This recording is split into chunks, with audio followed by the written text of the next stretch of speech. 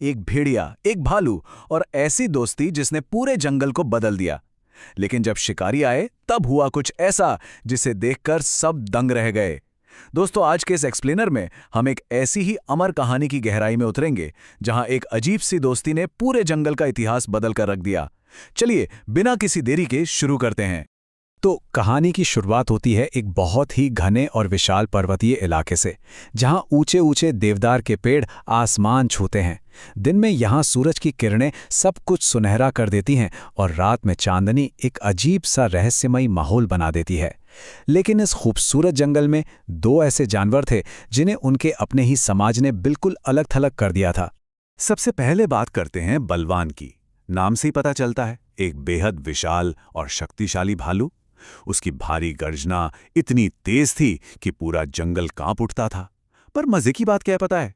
उस बड़े और खौफनाक शरीर के अंदर एक बेहद शांत और दयालु दिल धड़कता था। सच्चाई तो ये थी कि बलवान ने आज तक कभी किसी कमजोर जानवर को नुकसान नहीं पहुंचाया था। एकदम जेंटल जायंट कह सकते हैं उसे। और वहीं जंगल के बिल्कुल दूसरे छोर पर रहता था ध्रुव, एक बेहद तेज, समझदार और बहादुर भेड़िया। लेकिन वो बिल्कुल अकेला था। अब सोचिए, भेड़िए तो झुंड में रहते हैं ना, पर ध्रुव को उसके अपने ही झुंड ने निकाल दिया था क्योंकि उसे लड़ाई झगड़ा बिल्कुल पसंद नहीं था। वो हिंसा के सख्त खिलाफ था और बस शांति से अपना जीवन बिताना चाहता था। अब आते हैं इस कहानी के पहले बड़े मोड़ पर, एक तूफानी रात की मुलाकात जो दरअसल एक बहुत ही खतरनाक शुरुआत थी। नियति इन दो अलग थलग पड़े जीवों को मिलाने वाली थी। हुआ कुछ यूं कि एक रात जंगल में बहुत भयंकर तूफान आया। बिजली चमक रही थी, तेज बारिश पूरे जंगल को डुबो रही थी। ध्रुव बेचारा खाने की तलाश में भटक रहा था। तभी अचानक अंधेरे में उसका पैर एक शिकारी के बिछाए हुए मजबूत लोहे के जाल में बुरी तरह फंस गया। उस जाल का दर्द इतना ज्यादा था कि बर्दाश्त करना मुश्किल था। ध्रुव जोर जोर से चिल्लाने लगा, आह, कोई मेरी मदद करो। उसकी वो दर्द भरी और बेबस पुकार उस तूफानी रात में पूरे जंगल में गूंज उठी। और किस्मत देखिए, वही आवाज उस भयानक शोर के बीच बलवान के कानों तक पहुंच गई। यहां आकर कहानी एक नया रुख लेती है। बलवान वहां पहुंचा जरूर, पर शुरू में थोड़ा हिचकिचाया, क्योंकि भेड़िए आमतौर पर खतरनाक ही माने जाते हैं। पर ध्रुव की आंखों में जो दर्द और बेबसी थी, उसने बलवान का दिल पिघला दिया। उसने अपनी पूरी ताकत लगाई और उस लोहे के जाल को तोड़ दिया।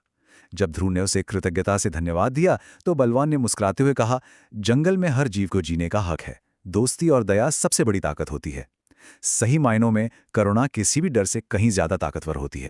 और बस यहीं से शुरुआत होती है एक अनोखी और सच्ची दोस्ती की। एक ऐसी दोस्ती जहां एक भालू और एक भेड़िया हमेशा के लिए एक हो गए। अब ये दोनों हर वक्त साथ रहने लगे। ये अपने आप में एक परफेक्ट टीम बन चुकी थी। दोनों ने अपनी अपनी खूबियों को मिला लिया था। बलवान अपनी ताकत से ऊंचे पेड़ों से शहद निकालता और ध्रुव अपनी तेजी और सूंघने की क्षमता से खाना ट्रैक करने में मदद करता। दोनों नदी किनारे बैठकर चांद देखते। उन्होंने न सिर्फ एक दूसरे का सहारा बनना सीखा, बल्कि जंगल में किसी भी जानवर को मदद चाहिए होती तो ये दोनों सबसे पहले वहां पहुंचते थे। पर जैसा कि हम जानते हैं, शांति हमेशा के लिए तो नहीं रहती। अब शुरू होता है अगला पड़ाव, खतरनाक शिकारियों का हमला और जंगल में एक बहुत बड़ा संकट। बंदूकों और बड़े बड़े जालों के साथ कुछ बेहद खतरनाक शिकारी जंगल में घुस आए, जिनका काम ही जानवरों को पकड़कर बेचना था। इन शिकारियों ने बड़ी चालाकी से एक बहुत गहरा गड्ढा खोदा और उसे पत्तों से छिपा दिया ताकि बलवान को फंसा सकें। और बदकिस्मती से खाने की तलाश में घूमते हुए बलवान उस अंधे गड्ढे में गिर गया। ध्रुव, बचाओ! उसकी भारी और बेबस आवाज जंगल में गूंज उठी। ध्रुव दौड़ता हुआ वहां पहुंचा और देखा कि शिकारी बलवान की तरफ तेजी से बढ़ रहे हैं। अब ध्रुव को समझने देर नहीं लगी कि वो अकेला हथियारों से लैस उन शिकारियों से नहीं लड़ सकता। लेकिन उसने हार नहीं मानी।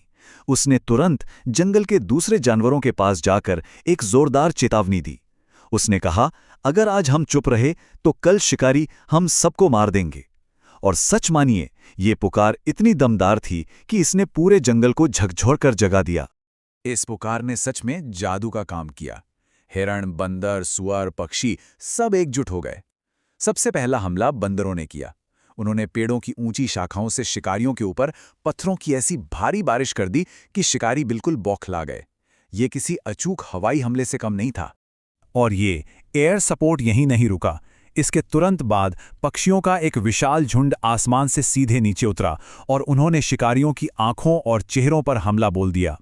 इस अचानक हुए वार ने उन खतरनाक और हथियारबंद शिकारियों को पूरी तरह से अंधा और भ्रमित कर दिया। तभी जमीन से एक और जोरदार हमला हुआ।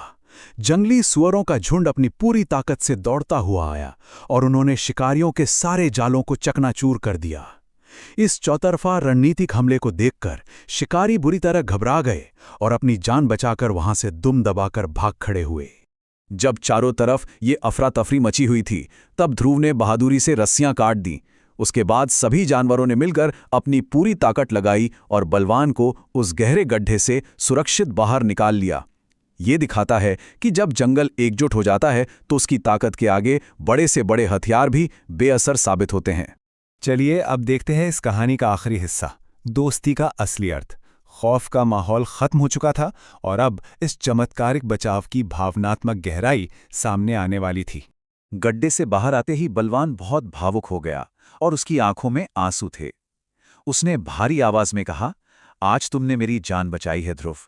तब ध्रुव ने मुस्कुराते हुए वो शब्द कहे जो हमेशा के लिए इतिहास में दर्ज हो गए। उसने कहा, दोस्ती का मतलब ही यही होता है, जब पूरा संसार साथ छोड़ दे तब भी दोस्त साथ खड़ा रहे। इस बात ने जंगल की कहानियों में एक ऐसी अमर विरासत छोड़ दी जिसे कभी नहीं भुलाया जा सकेगा। इस पूरे विश्लेषण से हमें कुछ बेहद जरूरी बातें समझ आती हैं।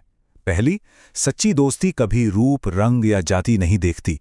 दूसरी, जो मुसीबत में साथ दे वही असली मित्र है। तीसरा, एकता से बड़ी कोई शक्ति नहीं है। और सबसे अहम बात, करुणा और विश्वास में इतनी ताकत होती है कि वो दुश्मनों को भी सबसे पक्के दोस्तों में बदल सकती है। तो इस अद्भुत कहानी को यहीं विराम देते हुए एक सवाल है जिस पर हम सबको जरूर विचार करना चाहिए। जब जिंदगी में सबसे कठिन चुनौतियां और तूफान आते हैं तो हमारे जीवन में ऐसा ध्रुव या बलवान कौन है जो बिना किसी शर्त के हमारे साथ खड़ा रहे? विश्वास और करुणा की नींव पर बना रिश्ता सच में किसी भी मुश्किल को हरा सकता है। इस एक्सप्लेनर के साथ जुड़े रहने के लिए आपका बहुत बहुत धन्यवाद।